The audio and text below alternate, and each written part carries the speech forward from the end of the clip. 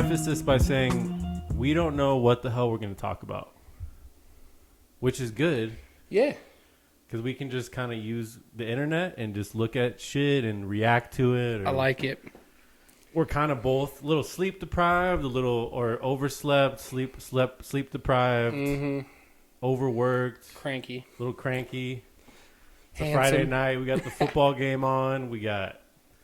I'm drinking the Dry Dock. Shout outs to Dry Dock, Aurora, Colorado. What's up in the house? Water. CSU. So many things to unpeel.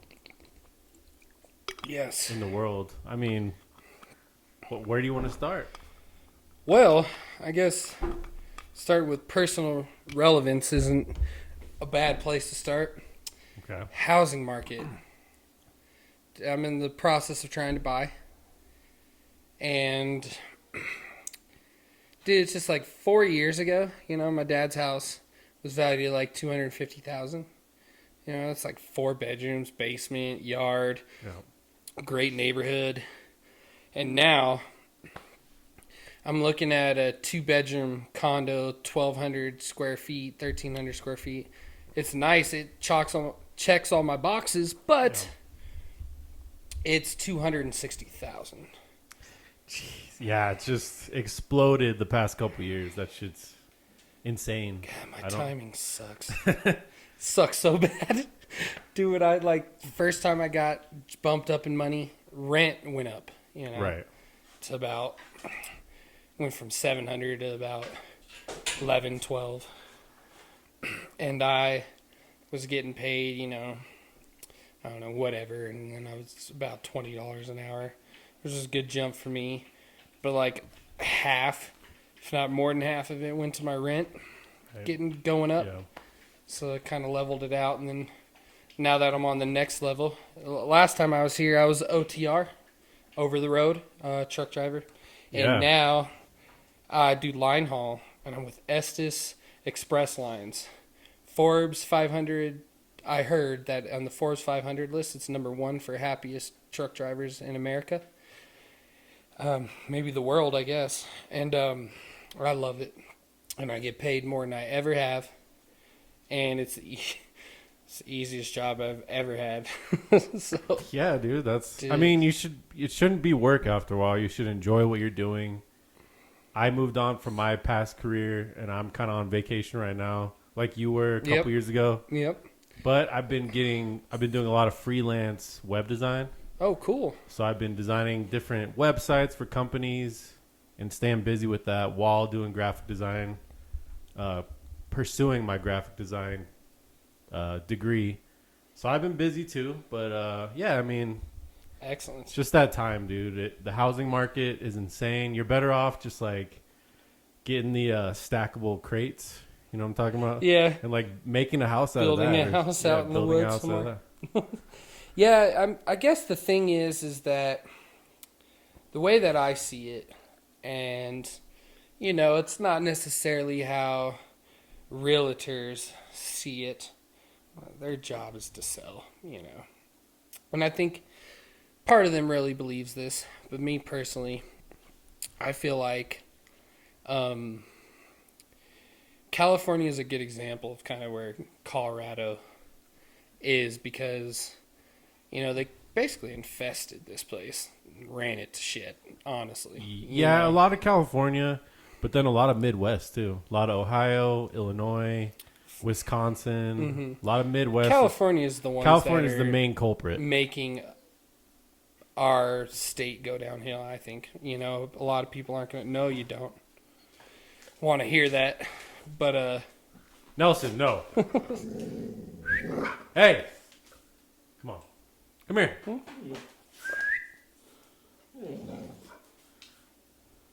Come here. Anyway. We had a dog break. Nelson! No! Come on.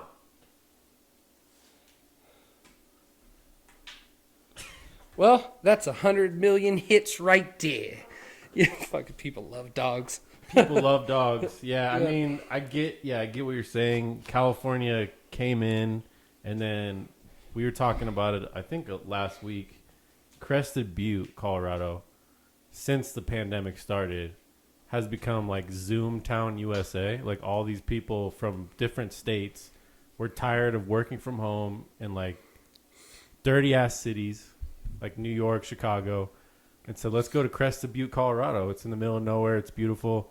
Interesting. And all these people flooded into Crested Butte. Mm-hmm. And now the fucking housing prices are exploded. Like insane exploded. Like most of the residents can't afford to live there anymore. Yeah. Yeah, I think, as far as the litigation goes, I know you're more to the left. I'm more to the right, I would say. I'm on the middle. I'm You're kind of in the middle? I'm like a tennis line judge. Oh, okay. Who's sitting there like watching both sides. I'm not for the left or the right. I could give a shit about Republican, Democrat, Fox, CNN. All those things are toxic. The news, those news sources are bullshit. You need to dig deeper. Like Russell Brand says, like dig deeper. I'm not affiliated with any political group. I'm just trying to find the truth. Like, yeah, me either. But from talking to you, I would say your views tend to lean a little more. They have left, at least in the past. They have been. I think recently, and I lean a little more right. Recently, I've got a little sick of the media control. Mm. And now I'm just, like I said, I'm a line judge. I'm watching the serve. I'm watching the return. Well, I personally feel it's a divide and conquer technique. I don't think that really either party is for us. And they kind of showed their hand, the Republican Party, on the election day, with the whole Biden and the recount and everything. Like, Fox News was the first one to count Trump out and, like, flipped really quick, So, I think it kind of, they showed their hand. They showed with the shutdown that they don't really care about us. It's about money, yeah, dude. people like my dad, he was a professional cornhole player, and it takes a lot of practice and time, and he had to give up what he was loving to do to stress out every day to try to keep his business afloat because of stuff like that. But the point I was getting at, is that, because I drove in California, and they would shut down highways for no reason. Mm-hmm. And then, like, I notice now in Colorado, they shut down highways for no reason. Yeah. They just shut them down. I don't know what it is. So I'm like, I've drove all across America, at least from Chicago to California. And it's the only place I ever saw that. So I noticed my point was that I was getting at, is the market. Like, I bet somewhere in the 80s, 70s, I don't know, sometime back in the day, California had this spike that we're having now. Yeah. And people were like, it's going to level out, it's going to level out. And, 50 odd years later, it's never got better, and it's only gotten worse. Exactly. So my point is that maybe buying for a condo for $260,000 isn't such a bad thing, because I don't think it's ever going to go and level out like they're saying. No. I think it's going to continue to go like this, and it may, kind of go down from an up point, but it's going to, if you look at it, you take a meeting, it's going to continually, gradually, maybe even drastically go up. I don't see it ever going down. So that means it's not necessarily a bad investment, especially with interest rates as low as 2%. Exactly. Let's look at a forecast. 2021, 2022, Denver Excellent. real estate market, Norada real estate investments. Joe Rogan, we're not copying your style. We just don't have the big projector screen. But again, if you watch these podcasts, the DKP has been out of commission for like 6 months. I don't know. Yeah. The last time we did it. It's been a year for us. It's been a year for us. 11 months. But the staple is the painting. So that is in the back. So we got the screen now. So is that Colorado? Yeah. Mountain in Colorado? Yeah, my grandpa made that. Excellent. So Denver's housing market remains scorching hot in 2021. Will Denver's housing market remain scorching in 2021? The Denver metro housing market continues to evolve. Let's see if there's any kind of numbers. The median price of a single family home sold this August was $581,000. So that's the average. That's double 4 years ago. with 3.15% lower than July's median price. So it kind of went down, but that's fucking crazy, dude. The average closing From price July, right? from July. The Yeah, average, July, the summer is always a little bit more better. expensive. It's cheaper around the winter holidays. Not as many people are moving. The average closing price was $687,768. So $688,000 is the average closing price. So you might see these homes listed for $581, but then someone's like, Dude. "I'm gonna give you $100,000 more." Yeah. Oh, So not only are you like, "Hey, I got this place," you show up, and someone outbids you, and there's like 10 other people trying to bid on it too. So it's like, what do you do, man? It's crazy. yeah. Yeah. I don't know, man. I don't know what I'm going to do. I guess I kind of got two options. One, I get a 1-bedroom, bigger. What's the square footage here? I don't know. I'd have to This look. is pretty but big for a 1-bedroom. It's got a lot of space. I'd have to look, but yeah, it's been good. Yeah, I feel it's somewhere around 900. could be, yeah, because then there's the back balcony, and yeah, it could be, Something like this for 150,000. yeah, You know, and then wait. and then just save, and then maybe go for that next condo, the good one that I was talking about, for 260, 300,000. And then just keep the property and rent it out and make $400 a month or so off it, and then That's crazy. upgrade again to house. See, I guess the only way that I feel, because of, like I was saying with California, I think is we're like baby California here now. It's really, they're so much alike in the political landscape and, you know, the economy and whatnot, I think. So, like I said, I don't see it going backwards. So, you know, you rent just these rental properties. The only way that you really lose is if the dollar crashes, and then we're screwed anyway. Yep. Or a recession like 2008, Yeah. and you got a place to live, you know. But as far as and it'll bounce back at some point, Right. you know, Yeah. or it goes downhill and we're just all screwed. So we're all in the same boat. So there's nothing you can do in those situations. So I guess in that regards, it's kind of a safe call. But you're just not going to get as much for your money as you did four or 5 years ago, and that's just the reality. That's crazy, dude. Your dad, yeah, he got that place at the perfect time. Yeah, he's been there, I think, like almost about 10 years now, 11 years.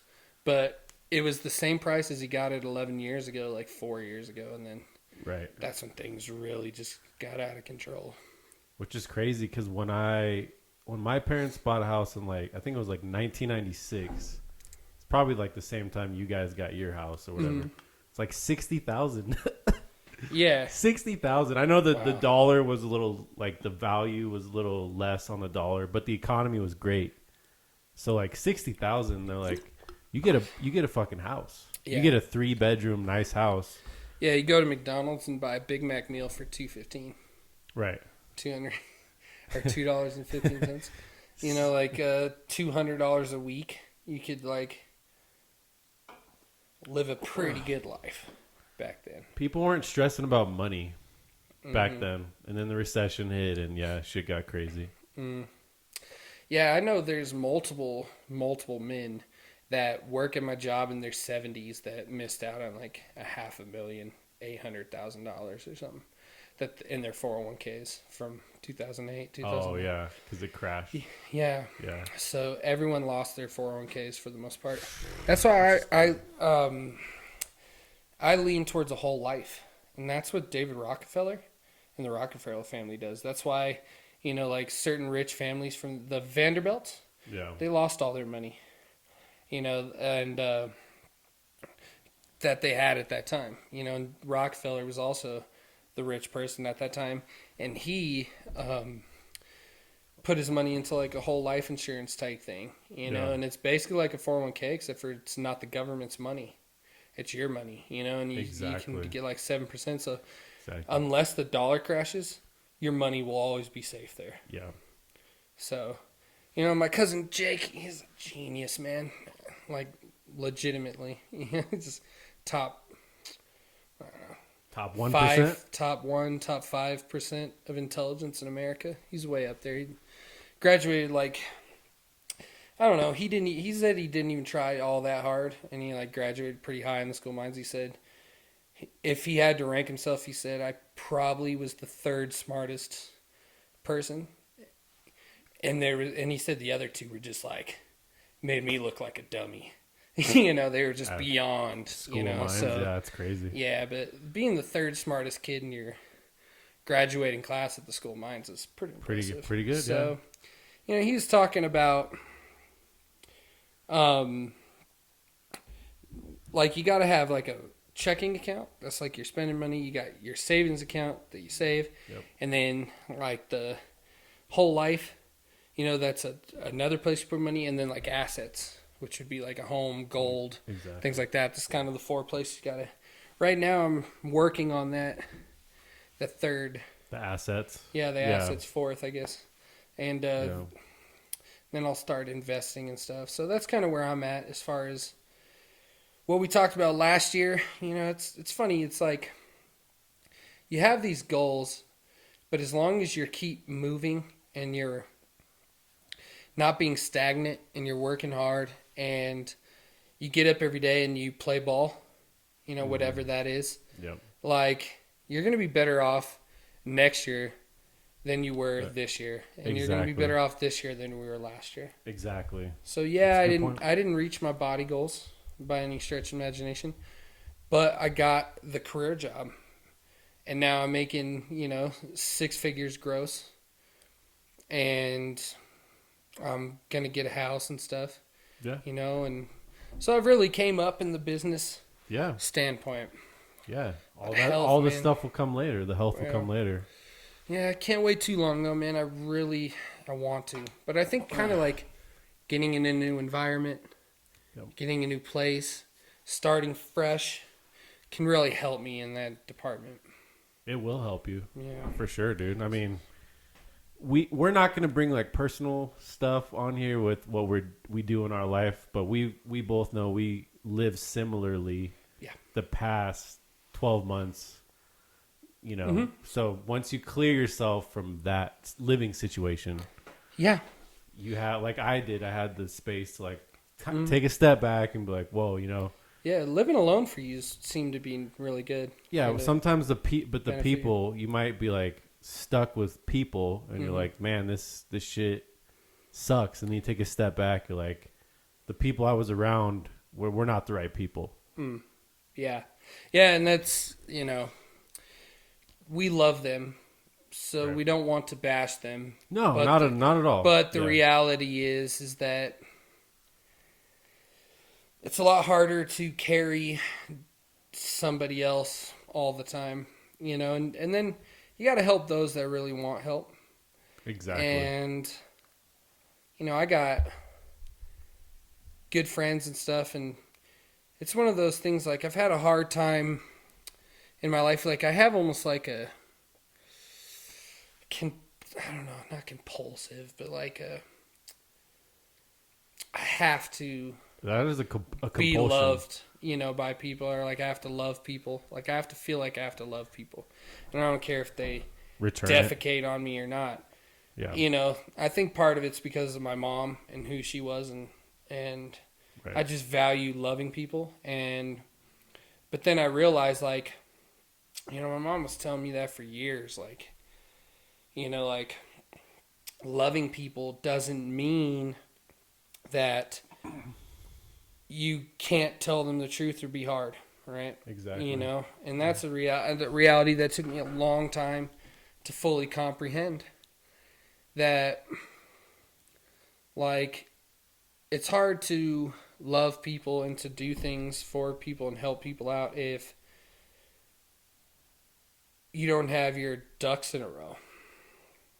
So I'm trying to clear a little excess stress, I guess, and just, focus more on people that have common goals and stuff. Like learning how to meet people in a place that is beneficial to both, or like do things together. Like maybe we go to a ball game, or maybe we get a bite to eat. Yeah. Like but I don't smoke weed. I don't do drugs. I don't drink alcohol. Yeah.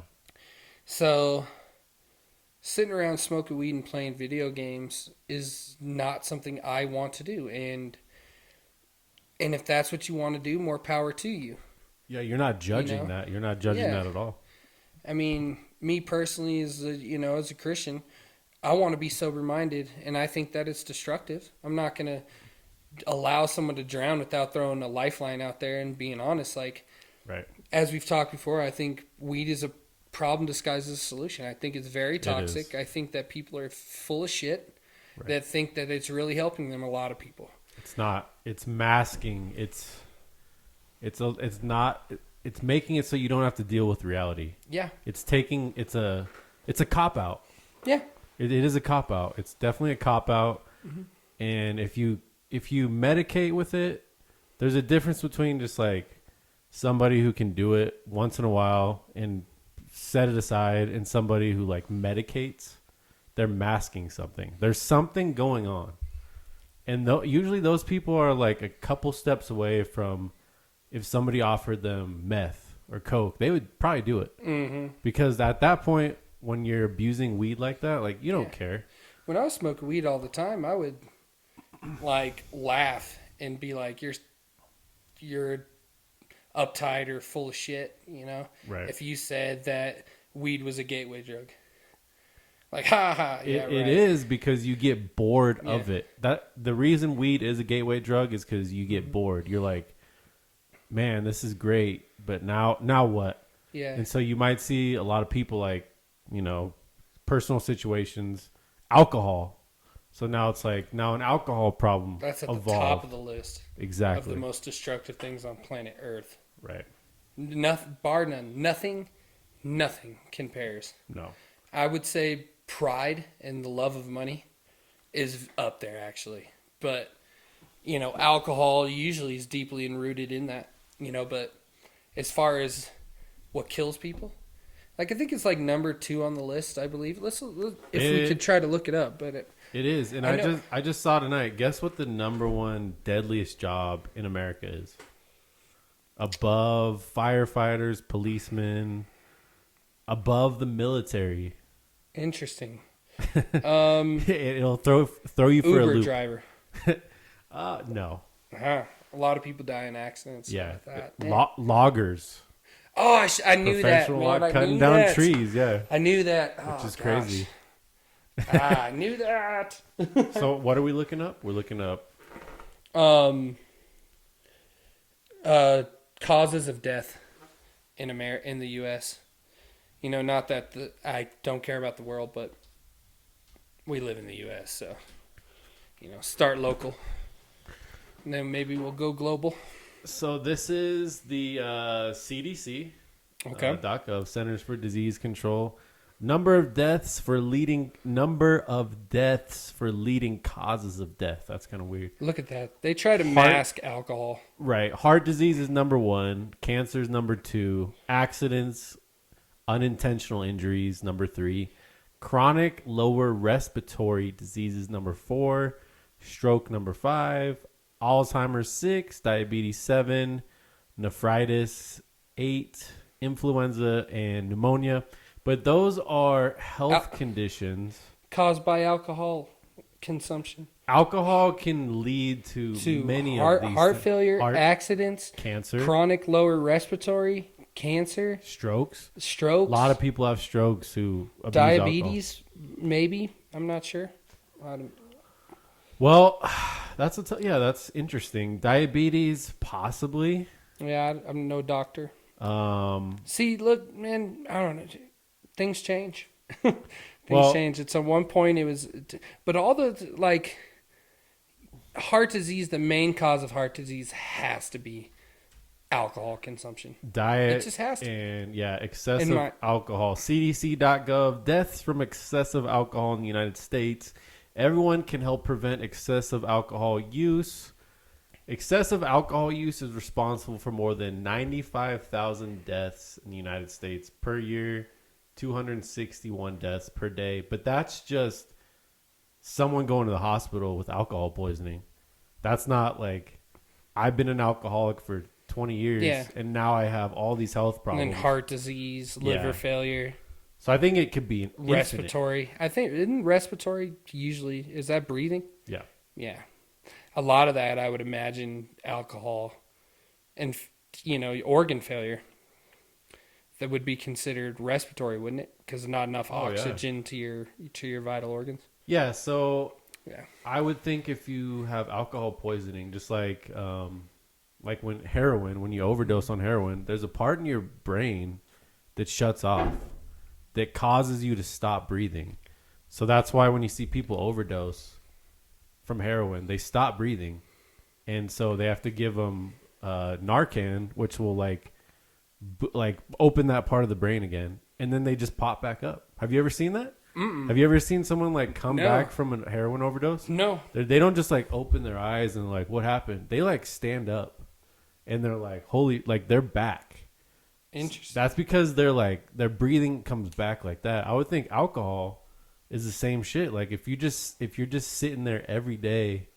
Have you waste- ever Yeah. spent the night or hung out at a friend's house or party the next day, and one of your friends is an alcoholic, like they're an alcoholic? Have you seen them when they first wake up? Oh yeah. They can't breathe, dude. That's respiratory, Yeah. bro. Like, I'm like, dude, are you okay? Their heart's beating, dude. They huffing and puffing, sucking air, dude. Yeah. So I can only imagine, like, yeah, dude. Until they get alcohol in there, but they're shaking and they can't breathe and they're jittery, heart's pounding. Oh, that's crazy, man. Yeah. It's not good. I hope that once you change the scenery, you don't have to deal with a lot of that stuff. But still, my heart goes out to all these people dealing with it, because it's not like people in our circle. Like it's not their fault. A lot of the time, yeah. But it is their fault for not wanting to get help. Like, yeah, it's not your fault. This is a disease. Alcoholism is a disease. But for you to just act like it's not a big deal, like. Fatherlessness seems to go hand in hand with all problems. All sorts of problems. Maybe not all problems, but all sorts of problems. It does. It's tough. So I'm gonna pull up a video from it's a show called Dope Sick Nation on Vice. For people, I guess we have to watch the whole ad. Joe Rogan doesn't have to watch the whole ads, but Yeah, he probably pays $9 a month. I would sure hope so. but on this episode, I've seen this episode. Blow it up. Yeah, I'll blow it up. This guy overdoses. She finds him. She gives him mouth to mouth and resuscitates him. So let's. Is this a heroin thing? This you're is all talking heroin. Yeah, about? Oh, geez. heroin, and then fentanyl is something that's become insane. Popular? It's 100 times stronger than morphine What? and heroin. So she's on the phone right now. Let me just some background. She's on the phone with the paramedics, and she found this guy, one of her clients. She helps these people get off the streets from heroin. This is in Florida. She finds him. The Narcan, which is like a little thing you give them to stop the overdose, doesn't work. So she has to give him mouth to mouth. Interesting.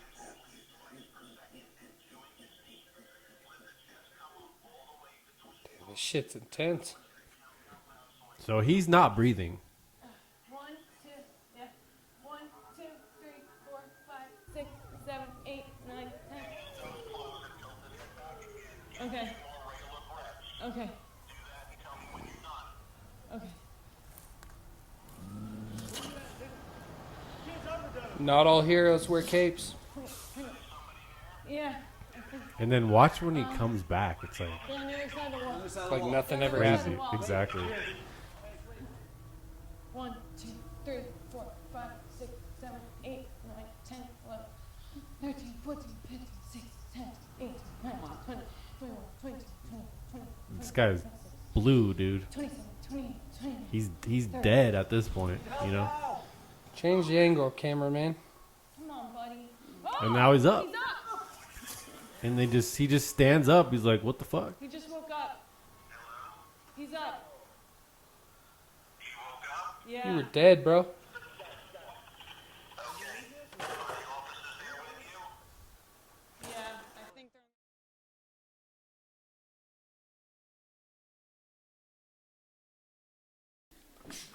Sorry about that, folks. We took a brief little intermission, but we are back. Talking about Jokic was the last thing we were talking about. He is. He can be soft. I mean, he had a great season last year. I think he's tough as nails. He's getting beat down low, man. Yeah, I mean, he had a... Dude, that guy... Oh. You're good. Like they say, I mean, he literally comes from a place where they drop bombs. Exactly. Dude's actually really tough. It's just the NBA soft, and he's getting beat up down low. I mean, he plays big down low on offense. But, yeah. Oh, I know. Hopefully this year is a turning point, and if it's not, I would say Michael Malone needs to go. Really? I think he's good. How? What has he proven to be good so far? I mean, yeah, he's taken us to Western Conference Finals, but... Well, he's built this team up. There's unselfish. He builds guys in the proper manner. Slow build. Right. You know, he gets them to the place where they're ready to compete. I just don't know if Jamal Murray's the guy.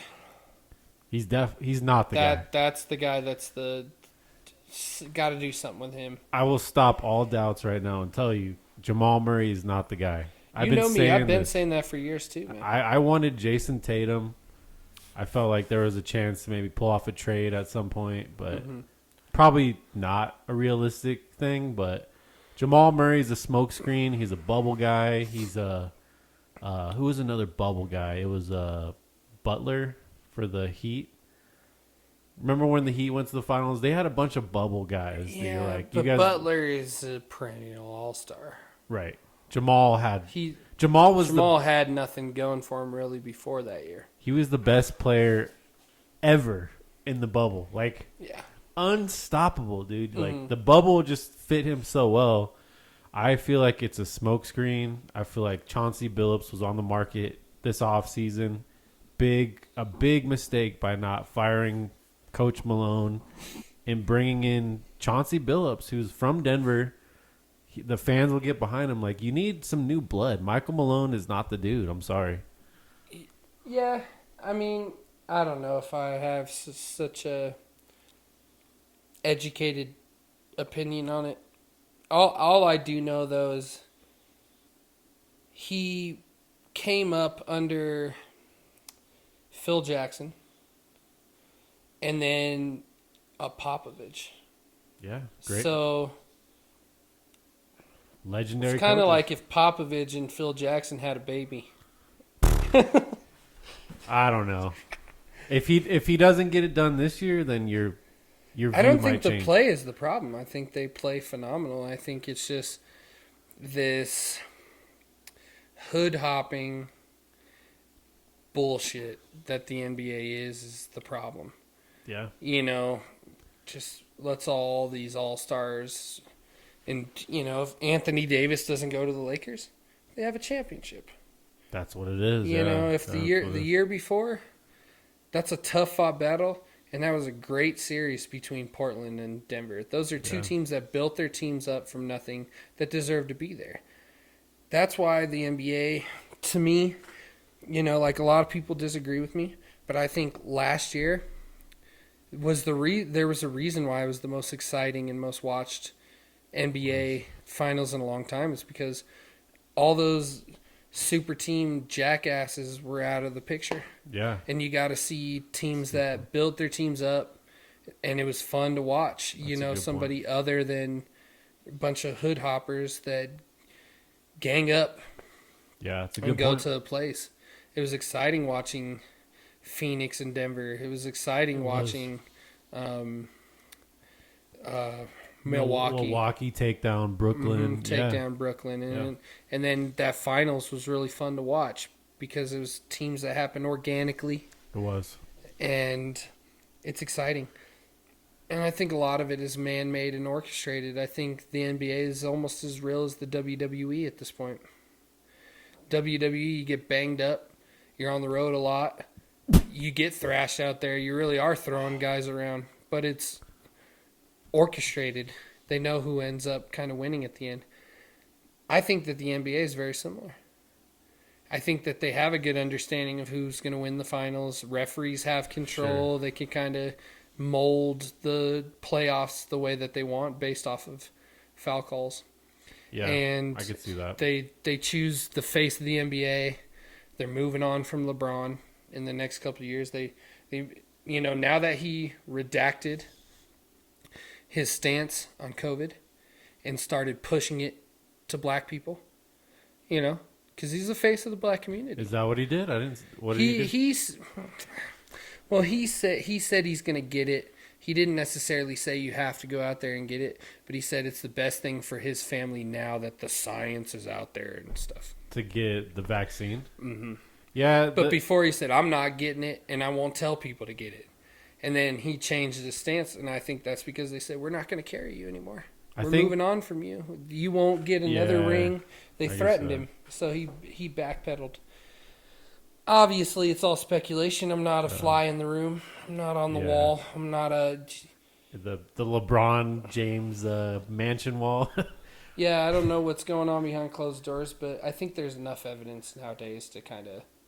A lot of people tend to believe, as I do now, that the NBA persuades or really has control over who wins and who doesn't. I mean, the whole Kyrie getting drafted and LeBron going back, it's just like there's so much. It's too many moving pieces. There's no stability in the NBA like there used to be. But yeah, there's definitely enough evidence to show that there's a legitimate. It's not some crazy pills, conspiracy theory type belief to say that there can persuade who wins and who doesn't. I think there's enough to kind of see it can be a real possibility. I think the Milwaukee winning the finals though was good, like you said. We need more like Milwaukee's, Denver's. And I think the reason why I went in that direction is because LeBron James refused to push the vaccine. And they said, we're going to show you that you're there because of us. Yeah. And he didn't, and he got knocked out early. And I think... he could blame injury or whatever, but... I think that just shows, that was 6 months ago or whatever, the NBA playoffs, how much has changed with COVID. I don't think you can just say, everybody get the vaccine. And even though I've been vaccinated, I think it's not a one-size-fits-all. Yeah, I have not. Hey, everybody get something that your immune system's going to take. I don't feel like that's the right call. I feel like there's different ways. I haven't been sick since the third grade. Yeah, I feel like and we're young, too. I have an extremely good I feel like we're young, and no matter what with COVID, if we got it, we'll beat it. But if you're like 70, 80 plus, maybe consider it. You have health issues. I think it's not a one-size-fits-all. Yeah. I just think we all need to agree it's not one size fits all. Like, hey, you must do this. Mm-hmm. You must do that. I feel like Aaron Rodgers came out. I don't know if you saw that stuff. Yeah, lied or whatever. No, he just said he got immunized, but he took an alternative route because he was allergic to the vaccine. And so I think just a lot of people jumped on him. Why aren't you vaccinated? He said, because I'm allergic, I decided to do my other shit. So I think that's good. Like, everybody's body's different. I hate how everybody's just acting like it's one size fits all. It's not. No. COVID is new.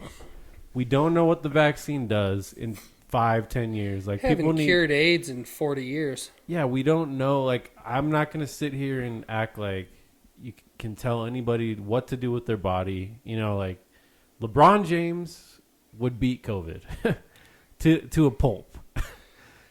Yeah, I mean, most people in the NFL and NBA that have COVID are playing 3 to 5 days later. Yeah. Exactly. So, yeah. So, the point of bringing that up, though, is I think that's what happened is because, for whatever reason, they're trying to brainwash people into making them get it. That's just a reality. Sure. They're forcing people to do it. I think I think they're it's changing, trying to get people to do that. I think it's changing. Well, it's because they realized what happened in New York that it'll collapse. Right. It'll go into disarray. So I think that's why they're kind of backpedaling a little bit because they didn't have as much support from the community as they thought they did. They didn't expect so many doctors and people to say, and truck drivers like myself and other people to be like, nope. I think they thought they had more control over the consensus of the American public. Well, you're not at risk. Like, you got to think of profession by profession. You're a truck driver. Yeah. You're not coming in contact with tons of people. No. So, by and large, like, for the most part, you'll be okay. You're not with tons of people all the time with where they could spread things, and you're young. Mm-hmm. And I think Joe Rogan and Aaron Rodgers coming out the past month of saying, like, we did alternative things. We didn't get the vaccine. Mm-hmm. Our bodies are different. I think that's just a conversation we need to have. Like, you can't just say everybody needs to do this. I can't say everybody needs to do X, Y, Z. Because if I say something that you need to do, maybe you're allergic to it. Like, I can't say, hey, everybody in the world, go to your fridge and get the peanut butter out and take a bite. It's the same shit. Like, a bunch of people will die if I said that. Yeah. And if everybody did it, it's just not the reality. It's not one size fits all. I'm just really glad that Aaron Rodgers came out and talked about it, and Joe Rogan. Like, you have mixed feelings about Joe Rogan, but I mean, I like a lot of what his beliefs are. yeah, the thing is, he has a platform that like so many people. He could fucking fart on the microphone. Yeah. And how many millions of people will like talk about Probably it? It'll be a lot, news story. Like, if Joe Rogan pulled his pants down, put his asshole up to the microphone, and just let one rip, that's a story on MSNBC, Fox News. You know, like Yeah. Yeah, I mean, my thing, I guess, the biggest thing with Joe Rogan, I like a lot. I listen to him a lot. I like a lot of what, a lot of things that he says, a lot of his beliefs I'm in line with. But I don't think just because you go, whoa, oh man, and you're like acceptable to all knowledge, except for Christianity. I don't think he's really acceptable to it. I think he, and that's part of the problem, I guess, is I'm Christian.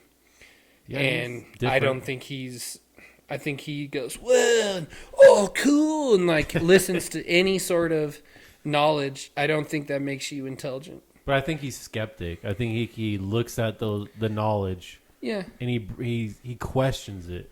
Yeah. Which is, I think, he's not doing it for himself, I feel like, nowadays. I feel like he's questioning. I don't think he really For the questions it. audience. He's just like that free to be you and me and just like hearing every single thing and taking it all in and getting knowledge from all these places, like he does. I think it's good. I don't think he really as much questions it. I think he is willing to take in. He has his own beliefs, and I think he's willing to hear all different kind of knowledge. And I think that's cool. But just because you accept everything and really hear most of everything doesn't actually make you intelligent. And I think that's my biggest thing with him is that... Yeah, I don't think he's trying to pass being, for that. Yeah, no, but I think being wishy-washy in your beliefs doesn't...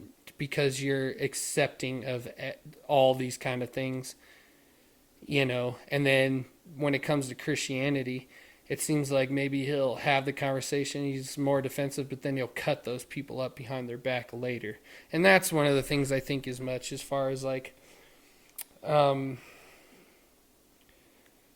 But there's a lot of things that I really like about him. I think I could get along with him. I think that we would potentially, I think I could be friends with Joe. I think we would be friends. I think we would get along really well.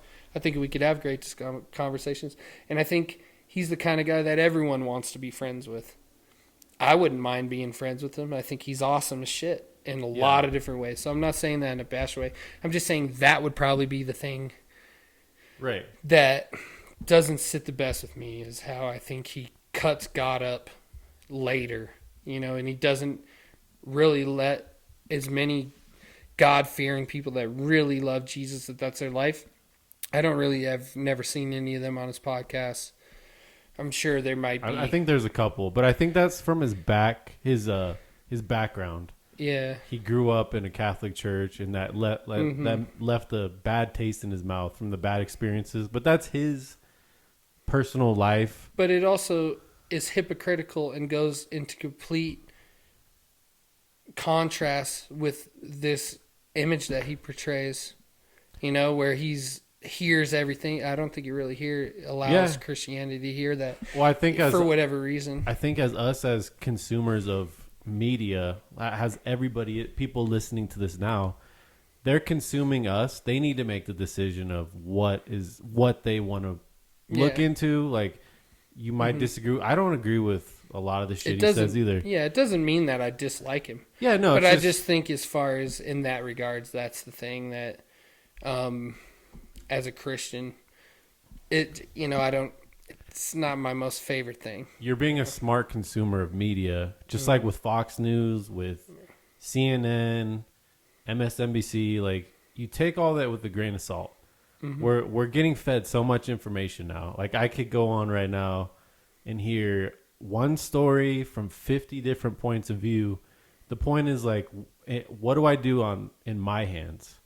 How do I make my own judgment? We can hear all the stuff Joe Rogan says. Yeah.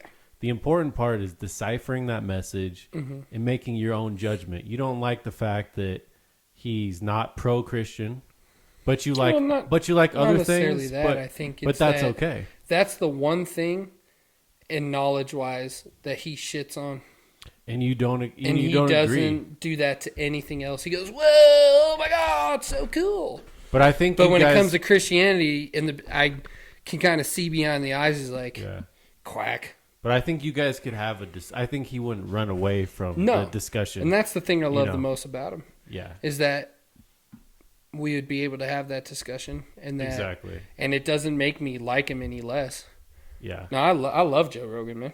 I think the thing I like a lot about. Yeah, and you've said that before. Yeah. I listen to his podcast all the time. I think the thing about podcasting is, like, the thing about being a podcaster, which I can consider you now and me because we've done this a couple times. Yeah. It's you can't run away from shit. No. Like, if we were on CNN or Fox right now, it would be censored.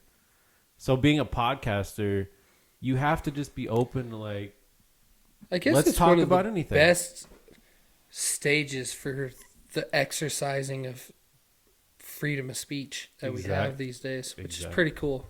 This is the new like news media outlet for a lot of people. A lot of people get their news from Joe Rogan, as crazy as that may sound, and I like the sound of that. The landscape is changing.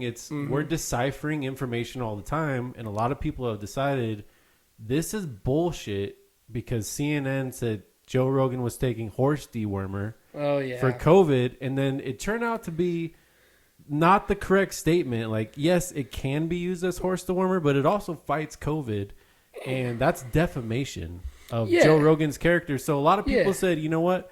Fuck CNN. A lot of people did. And a lot of people said, I'm going to get my news from Joe Rogan, from TMZ. Go to the source. Like, TMZ is more reputable than CNN right now, which is crazy. Like, 10 years ago, TMZ was dropping stories about, like, Paris Hilton had a sex tape or, like, shit like that. Now they're actually dropping, like, legit stories because Fox and CNN are just so fucked up, dude. No, I'm with you, man. I think where you live in a day and age where at a click of a button, it's available to you. People need to start being better to go to the source. And that's what I've been trying to do more. And just, I'm sure you've seen it. Like, I used to be a person that would kind of diary of the mouth, and I would say things that I wouldn't necessarily remember 100% proper, and I would almost speak it like it was fact. I think that's part of my... I'm an extremely confident person. I'm a leader. I have those alpha male type personality traits. I mean, you've known me long enough to know I could take control of a room anywhere. Like, I'm pretty... I can also be very introverted and sit back if I choose to, but, I have pretty dominant presence. Yeah. And, what was I going to get at with this? Like, in regards to... But, the news. Confidence. Like, I would say things just so confidently, that I didn't necessarily remember the facts 100%. And that's why being friends with you has actually really helped make me a better person in a lot of ways, because you have that like photographic memory and you remember things really well. And you've called me out on my shit a lot, which is good because it made me start to realize, like, because when I found God, I kind of found true humility where I was able to, right. you know, and you saw how much I changed once I found God and started, I could admit I was wrong a lot more. And I started choosing my words better. Like, I could be wrong, or, you know, don't quote me on that. You know, let's look it up, like the heart thing earlier. Yeah. You know, instead of saying, this is what it is, you know, alcohol kills is number 2 on the list. At one point it was, you know, and I was like, you know, what I recall at one point, like, I chose my words differently. You know, I think that's very important too. Yeah, that's growing. That's growing as a human. I feel like I don't do that anymore either. I hear people say stuff that I know I can correct, and I just swallow my tongue because it's not worth it for me to be, for someone to be like, oh, look at this guy. Like, is it worth it to just correct you on one little, like, you learn as a human, like, no, it probably isn't. Yeah. Worth and it depends what kind of person you're dealing with too. Yeah, exactly. Like me, I want you to call me out because so I can grow and I'll stop saying those things and I'll get better. If it's a big thing, if it's like some controversy. Honestly, just at anything. I would like to be a person that stands for truth. I guess the thing is, like, just getting called out and people just swallowing their pride and just be like, you know what, you're right. Yeah. Like, I've learned to do that. That's a hard thing to do. You've learned to do that because life goes on. Yeah. Life goes on. I think we're going to remember that 10 minutes from now, let alone a year from now. Right. Being right. But if you keep lying over and over, but if you keep lying over and over and over again on a story, that will last 10 minutes from now, a year from now. Exactly. But admitting you're wrong and changing that story to the proper story. Exactly. It's then a release. Yeah. You're not tied to that anymore. Mm-hmm. You know, you can kind of let go. Being right is not the most important thing in life. No. Like, I feel like Nostradamus was making those predictions just because he loved being right. He loved people just saying, "Oh my God, look how right you were." But, like, did he really enjoy making those predictions? I feel like some people get addicted to, "You're right." Are they when someone pretty says, vague? "You're right." Yeah. Oh, his predictions? Yeah, I don't know too much about them. They seem kind of vague. At first, he made some really spot on predictions. Like, he predicted the prince would die in a jousting with, you know, the horses coming together. Yeah, he predicted something like very to the point, and that's where people like, who's this guy Nostradamus? And then he started making predictions about nowadays. But at the time, people and were the like, nowadays ones are kind of vague, and then people looking vague. are like, "Oh, that's this event." Well, he did say there would be a guy named Hister, it was one letter off, Hister instead of Hitler, and he predicted a lot of those things, and people were like, "Holy shit!" Like, you know, that was pretty crazy. That was going on for thousands of years. It just had a new phase. It repeats. He saw the history repeats, and he exploited it. Yeah, and Hister, he just that's pretty. It has. That's pretty crazy. I mean, I don't know. It's got 2 vowels, right? It is pretty crazy though, like Hitler and Hister. If it was Hitler, yeah. It is, yeah, but at the beginning he was very on point with his predictions, and people gave him a lot of credit for what he was saying, and then I think he started to get addicted to that, and I think what we're talking about is, like, it's okay to be like, you know what, I was wrong. Humility is the antidote that the world needs. It is. It's like, we keep talking about pride. Yeah, when people just say, when politicians stand up or leaders of corporations stand up and say, you know what, I fucked up. Do you know how much respect we give those people? So much. Yeah. It's when you start hiding shit. It's like the simplest stuff you learn as a kid. Open up the cookie jar, take a cookie, lie about it. All these things will build up. If you just say, you know what, I took a cookie. Yeah. That's those small traits you learn as a kid people forget them, and then they lie about shit constantly. Yeah. We have friends that you could say, "What did you do 5 minutes ago?" And it'll just be a complete bold-faced lie. Like, why would you lie about? It does not even benefit you. Like, to lie about yeah, it. like what? All you're doing is building a hole. You know, like when you can just say, "You know what, guys, I fucked up. I was wrong." Yeah. Those guys get remembered. Mm-hmm. And that's what I was trying to get at earlier when I was talking about pride, you know, being so destructive and like, and oh, okay, and as far as like the way people are with being puffed up, you know, and like just because a doctor says it, you know. Like, there was a lot of BS coming out about COVID that these high-ranked doctors, they had an agenda. Yeah. You know? And now, in hindsight, we realize it's BS. Mm-hmm. You know, like, just because someone has a title to their name doesn't mean they're necessarily right. And like you said about, like, that addiction to being right and, like, oh, yeah. And that's what I was talking about earlier with, like, the cup never being full and having more and more and more. It causes division amongst people. You know, people are divided more than ever. Mm-hmm. People don't wave when you let them in on the highway or let them in on, you know, in their cars. People don't look each other in the eye. They don't conversate. Exactly. You know, and oh yeah, I was going to tell my story earlier about I work nights. So I'm driving home at like 3:30 in the morning. And I was thinking about Joe Rogan and how, you know, and these people, these motivational, they're all talking about, get up at 3:30 and get it, get it. You know, like, you have to work. Wow. I think it's vomit. I don't think, you know, what the world needs is charity and humility. You know, getting up and grinding and working all hard, that doesn't benefit the world, really. It benefits yourself. Mm-hmm. And, yeah, there has to be a certain level of self-love, right? You got to remove the log out of your eye before you can see clearly to take the stick out of somebody else's eye.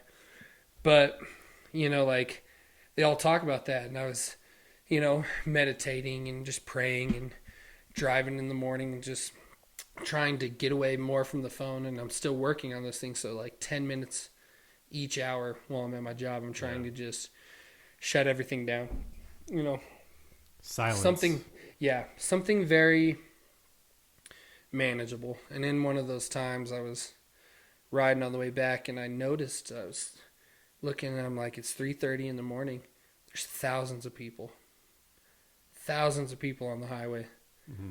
Like, people are running around everywhere at 3:30. You know, like, you are not special because you get up at 3:30 and work hard. Everybody's doing that now. Exactly. It's, you know. Yeah. And a lot of people, like, it's easy to use Lady Gaga as an example, right? About how, like, now that she made it, you know, one of her boyfriends said she'll never be famous, right? And this is one of those motivational stories that a motivational speaker used, you know. And he said, Lady Gaga said to him that there'll be a day where you can't go to the bus stop. You can't go anywhere without hearing my name.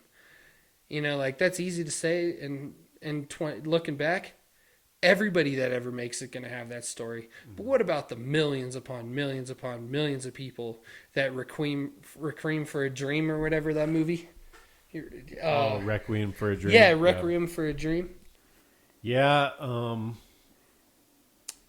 So some stuff you wanted to bring up. Oh yeah, well, we were just talking about, like, Hollywood and the dream, right?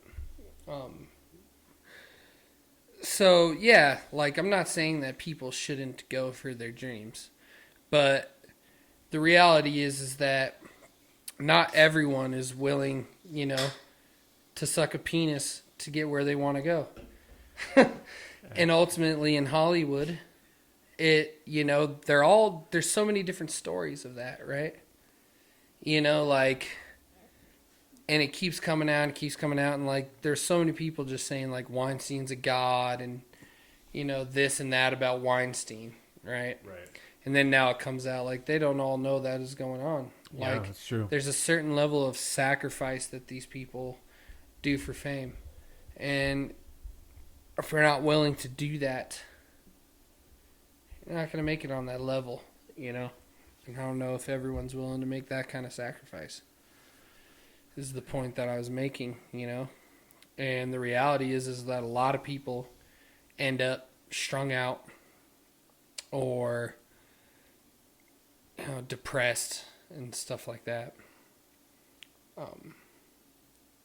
It's tough. It's a fucking dog-eat-dog world, man, especially Hollywood. I mean, pre-pandemic, the pandemic has wiped a lot of Hollywood out. A lot of these folks are getting out of there. Yeah. Like going to Austin, Texas is like becoming a hotbed for actors, actresses, movies. Mm-hmm. Denver, Colorado, I mean, definitely could be. We got like friends who are doing commercials and different stuff like that. And like we were saying, like all these paths meet up, you know.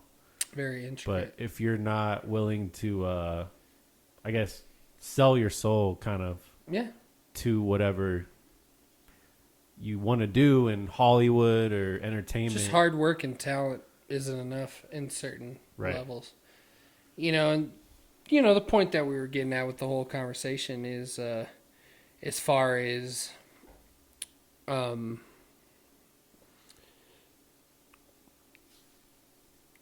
is what am I trying to say? People like the cup is never going to be filled, you know, this building on yourself and pride and stuff like that. And it's for these little tastes of, you know, indulgence to the pride or to the flesh. Right. You know, we're slaves. You know, people don't want to give up their beer and their ball game and their sex.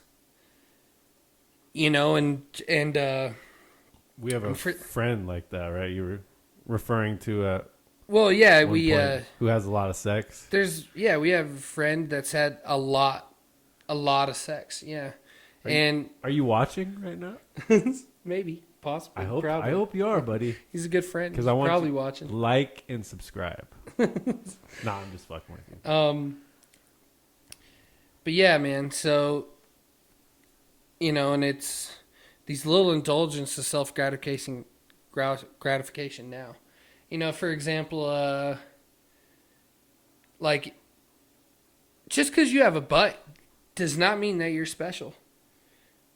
Like, millions upon millions of views for things like the Big Bang Challenge are happening every day.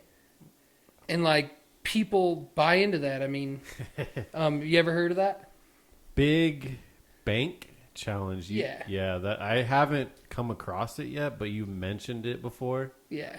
And just an example, you know. It was like a compilation you have mentioned that you wanted me to pull up to kind of see the Well, witness. it gives I mean, I didn't necessarily want to pull it up, but I mean, it does.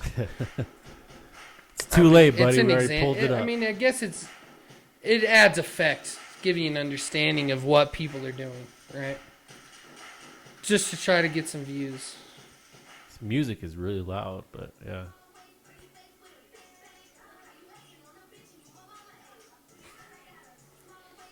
Like, people are literally wasting life hours a day, every day, just to watch this.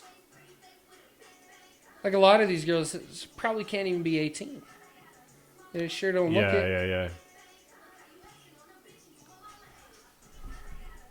See, back when we were this age, like, you'd put your MySpace with, like, when people visit the song, you have your with song. With goofy picture. With your goofy picture and, like... Could you imagine our grandparents, like, they would shit a brick. Like, they would lose their shit if their kids are like, that was going on around that time. And nowadays we've been so desensitized. So desensitized. That's true. Oh, it's innocent, it's harmless. The bottom line is, and people, you know, they are going to probably chop me up or, oh, you're just an extreme Christian or whatever, but this is literally prostitution. It is a form of prostitution. Like, oh man, Hey, that's the Big Bang Challenge, bro. That's the Big Bang Challenge. Yeah, we're up let's in here get watching 40,000 hits. You mean all I got to We're do up in- is this? We're up in here watching the Big Bang Challenge. You know what I'm saying? We're doing the Big Bang, Big No, Bang, take man. little bang. Hey. But you know what I'm saying? It's like it could be an interesting case study to say if somebody's on TikTok watching this content, is the very next thing they go to a porn site. I would imagine so. Yeah, I mean, Right. there's been multiple times that I've gone long periods of time without pornography, and I've gotten through stretches, and then something like this will come across my timeline or YouTube or whatever. It just doesn't even have to be sexual, and it'll trigger, Yeah. and it'll lead you down that path. It's like an appetizer for the main course, which could be some crazy, kinky pornographic I think that content. this is the kind of thing that breeds rapists.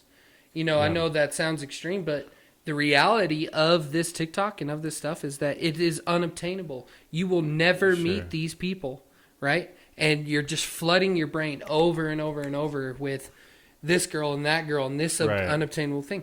No matter how... and it's unfair to your wife, it's unfair to your husband. You know, your wife can't have 10 different asses, right? But yet you can go to TikTok and right there in just a blink of an eye, man, what was that, 10, 30 seconds? You just saw 15 asses, right? And that's why marriages, the divorce rate's up and stuff like that. Everywhere you go, there's this subliminal over and over and over. You call it innocent, but... you know, that's why adultery in the eyes is so damning. It's such a destructive thing. Because no matter how great your wife is, no matter how great your husband is, they'll never be able to be a million things. But they can never, and you're flooding your mind with it. They can't be all those things, right? And people live in this world of this unobtainable thing, and they just keep feeding it into their brain. And I believe it is... maybe the most destructive. It's definitely one of the most destructive things in our society today. Right. Yeah, that's true. You've said like the war is won on the battlefield of the mind. Exactly. And these are literal like mines that you have to walk across. Yep. And if you're giving your brain this kind of stuff to look at, then it might. And there's people watching this in marriage. Oh, of course. I mean, it's and before you get married. That's why people, the key, you know, you want to act like it's innocent, but it's not innocent. You know, there's some people that will never be able to obtain this, so they go out and they eventually take it. That's where a lot of these rapists come from, You're saying you know? like on that. That's on that the spectrum. extreme. That's the Okay. extreme. But the common is divorce. Because people think they want that, and they don't realize what they have right in front of them. Yeah. And when you get married, and that's where premarital sex is also so destructive. And that's why marriages don't work. That's why they continue to fail. And people might want to make it out like it's innocent or it's just sex or this or that and the other. Your wife may not be able to give head like Susie or have a butt like Michelle or whatever, you know? And you have all these sexual partners on top of all the things you're flooding your mind with. And then you get into marriage, it's never going to work. And it's that self-gratification now. Yeah, that's... Bring up some good points, for sure. So where do we go from here?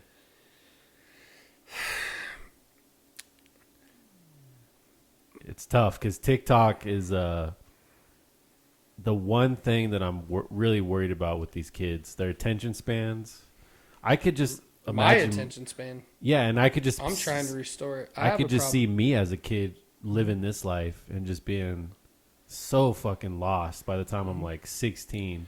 When we were kids, we didn't have that. Cell like, phones didn't really exist. They didn't really come up until we were like 16, 17. And really like smartphones didn't really start coming out until our senior year. Yeah, and people were after using our senior year. After. And before then, it's like... I had the first touchscreen ever. It was like called the Voyager. Yeah, Verizon. I could remember I as was like a junior. friends like actually sitting there talking to each other was like a normal thing. Like, let's go out to a restaurant and sit and talk and do stuff. You go out now and kids are just glued to their phone staring, and you just wonder what's going to come of that. Like rapists, serial killers. It's an interesting case study for like 15, 20 years from now, the effects that like TikTok and stuff like this has. And even on these young women who probably have higher rates of suicide now because they have to measure themselves up to this standard, which is unobtainable, impossible. And they see this and they wonder, why does my boyfriend watch this content all the time? And when I try to have sex, like I'm forced to, maybe young girls are maybe forced to try to have sex with their boyfriends because they know, like, I have to go a step above these TikTok videos or these pornographic videos. Like, it puts a lot of pressure on that, and then that raises the young mother rate in America. Like, we have younger mothers, and fatherlessness, and just, man, there's a lot of shit to come from the this. destruction is endless. It's a nuke. It is a nuclear bomb. It just builds on itself. Yeah. Like how far the blast radius is in that discussion we were talking about, we could go on for days of the destructive implications of the Big Bang Challenge. Yeah. That in alone, not even all the other stuff. Just this. That's just this by itself. Just that one challenge. There's a whole bunch of challenges. Let's do the big brain challenge for women. Like, do a TikTok video where you're putting your stacks of books or. The bottom line is that people need to be humble and stop, humbled. There's the sex, and because of stuff like this, the sex trade is, pornography and stuff like that, and this flooding of the brain and people buying into this is why kids are disappearing at millions a year. Yeah. Are disappearing every day. Many kids are disappearing. They're getting sold into sexual slavery and put into pornography that's being streamed on the internet. And it's going on every day. So. And it needs to change on the civil level. The people on our level. We got to take back the power. And it starts by not buying into these things. Yeah. Well, let's try to end it on something positive. What do you want to end on? This has been a great podcast. I mean, I let you guys down, the fans. I just want to say sorry. I went on hiatus for a really long time and had to deal with some shit. And this has been like a year since you've been on here. We'll be more consistent. But yeah, I just want to say, like, do something about once a month, though. A lot more content's coming. I'm gonna get a lot of different things popping and guests and topics and stuff like that. But just bear with me. This is fun. I mean, we like getting on microphones because I think I told you this before. Having conversations with like a live microphone brings out the best in people. So when you're forced to have a microphone like this, like imagine if like you and your boss were sitting there, this holds everybody accountable. Like a microphone makes conversations better. People can have more fluid interactions. It's good for everybody. And I hope everybody enjoys this podcast, and we'll keep coming out with more shit. I mean, yeah. And I just want to say, I know that we talk about some controversial things, and you may not share all my views. And, I guess I say things that are kind of radical. But I just want you to know that I love you, and I care, And the bottom line is I just want to see us as a people become better as a whole. And that includes myself. I come from a place of brokenness. I'm not perfect, and I fall short. You know, so if I've said things you don't necessarily believe in or could be radical, you know, I ask for the same kind of forgiveness that you would ask for yourself, you know, because, you know, I'm not perfect and all my views are Exactly. maybe not in line with yours, but the bottom line is that Yeah. I want to be willing to lay my life down for you and that I love you and I care about you. So that's what's important in my heart and mind, at least, is laying down our lives for one another. Hell yeah, let's make this next year a better year. Be safe out there and stay fresh. Love you. DKP. Out. Thanks. Oh.